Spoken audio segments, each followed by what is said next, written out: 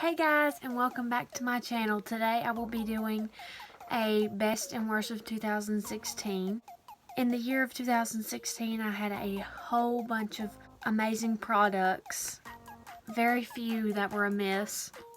My first product is the Modern Renaissance from Anastasia Beverly Hills. This palette is a ride or die palette. I love it. The color scheme is just perfect. Me myself, I really love these cranberry shades and the orange shades. They're my type. Next we have the Coastal Scents Hot Pot Shadows. I found these one day on the internet just scrolling through Twitter. They caught my attention by only being $1.95. I was skeptical at first, but I started looking at some reviews and most of them were good about them, so I just hopped right in and bought 28 shadows. They were amazing. As you can tell, I've used them for my past 3 videos. I really recommend these shadows. For my next product is Jeffree Star Cosmetics Skin Frost in the color Mint Condition. This is a very odd color, but the pigmentation in this is crazy.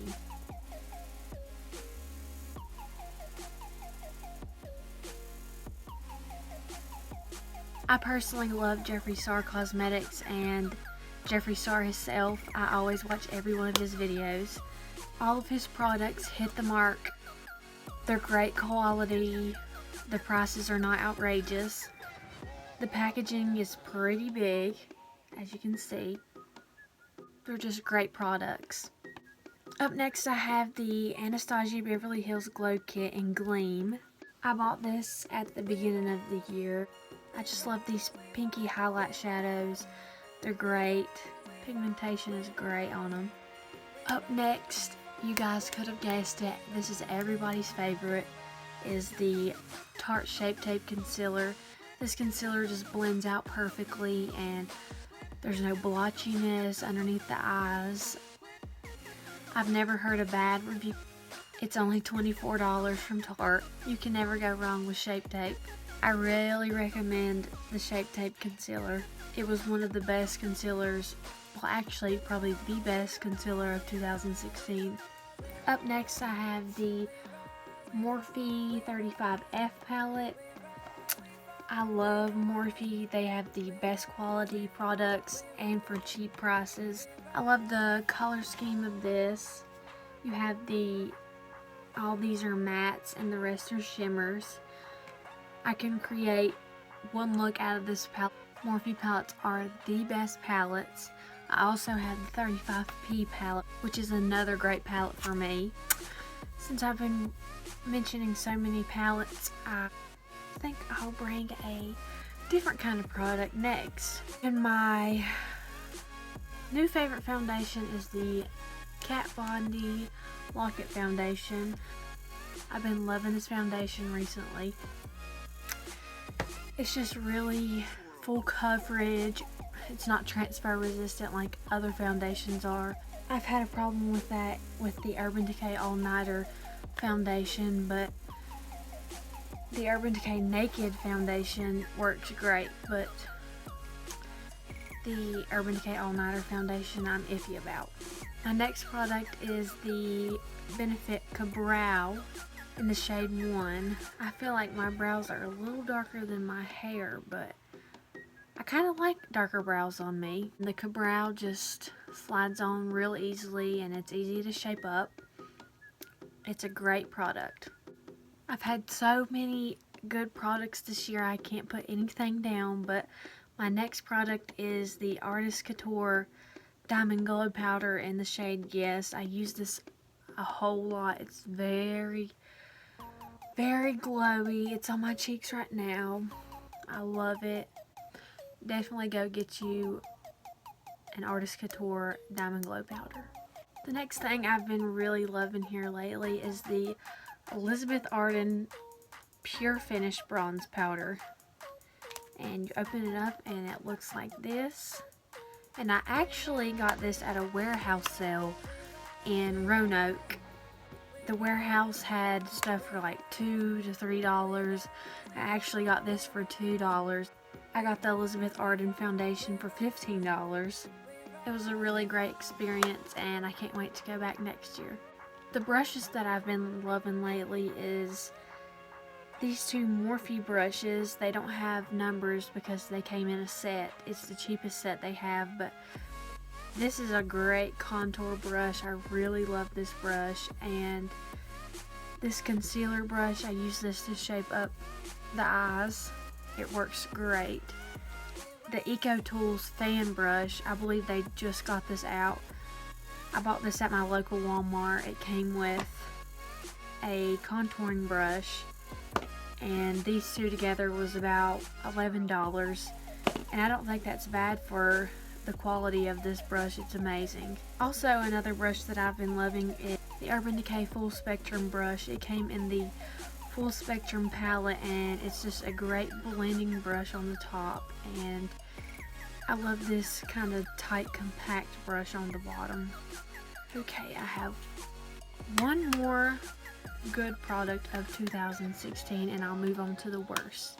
My last and final product that was good for 2016 is the Makeup Forever glitters. I really love this glitter. It was gave to me for my birthday from my best friend McKenna. Shout out to her. I do plan on buying more of these because they're amazing. Just stick to the eyes good and stays on for a very long time. It doesn't irritate my eyes or anything like that. It's a great glitter. Moving on to the worst products of 2016. And it kills me to show you these products because I had very high expectations for them, but my first product is the Ultimate Glow Kit from Anastasia Beverly Hills. This is still a good palette, but I just don't feel like it's as good as any of the other glow kits. This is probably the worst one out of all the glow kits. I feel as if it's not as pigmented as any of the other glow kits, but I still use this and hope that it really impresses me one day. I'm still hanging on to this. My next worst product of 2016 is the Moondust palette. This is actually not a bad palette, but as eyeshadows, these do not work as eyeshadows. If you use a brush and try to apply this to your eyelids, nothing comes off. You need to use your fingers, and you kind of have to dig into the shadow to get a lot of pigment. If these were used as glitters, they would be so much better. They work amazing with your fingers and packing them onto the eyelid. This is one swatch of this blue shade called Vega right here. See, they're very pigmented once you pack it onto the eyelid with your finger, but as eyeshadows used with a brush, these do not make the cut. My next worst of 2016 are these Sephora Confetti Mini Sponges, and I ordered these for Christmas and had no earthly idea that these sponges would be this small. I was really disappointed when they came in the mail because I thought they may just be a tiny bit bigger than these. I could use them to get in the crevices of my eyes, but not to apply my foundation with or nothing. But these would be great for getting into the little crevices and little tiny places that you can't get with a big beauty blender. So I just wish that Sephora would had explained that these are very mini sponges besides just saying mini sponges, because I thought they would just be like this big, but they're just like this big. I have one more good product of 2016, and these would have to be my oval foundation brushes. These are a lifesaver. They put my foundation on flawlessly, never leave any splotches or anything. I love these brushes. I bought these off of Amazon, if you're wondering. I believe it is time for me to get new ones because these are almost wore out. You can buy these on Amazon for only $18. That's pretty cheap compared to the Artiste brushes that are like $100 for one. But yeah, that was my best and worst of 2016. I hope y'all enjoyed it. If you have any comments or questions or requests, just comment below. And be sure to give it a thumbs up and subscribe to my channel if you aren't already. And thanks for watching.